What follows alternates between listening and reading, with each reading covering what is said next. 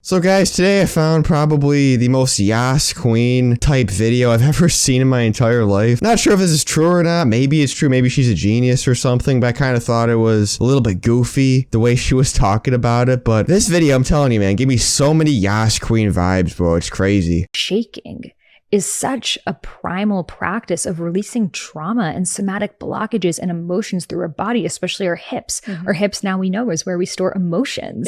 So when you are twerking, when you're shimmying, you are literally releasing trauma, releasing stored emotions from your hips. When you're bending your knees, you're crouching on the floor, you're connecting to earth, you're connecting to the womb, you're restoring your energy. And that's why it's not even just an African dance, but in Middle Eastern dance, in Latin American dance, salsa dance, bachata, every single dance form has some form of hip movement to it. Yeah, maybe I'm not doing it right, but I actually tried twerking a little bit before I started recording this video just to try it and see, hey, maybe she's right, maybe she's a genius, maybe emotions are stored in your hips, and what I gotta do is twerk to release my trauma. But honestly, I didn't feel anything. Maybe I didn't do it right, maybe my technique was a little bit off, but personally, I didn't feel any closer to the earth, metaphorically speaking. I wasn't like, oh my god, all my generational trauma is gone, it's released. Oh, I feel so good. None of that, man. I kind of felt stupid, actually. So it's possible I'm doing it wrong. Maybe she's onto something, but I don't know. Hey, at least she's hot. This is also why zebras, when they're running away from a lion and they're about to get eaten, and they make it into the nick of time, they shake their bodies off, release the trauma, and they come back to homeostasis. So I started to realize that as I was doing this, I was healing myself through all of these generations of collective trauma that now we know with epigenetics is actually stored within our systems.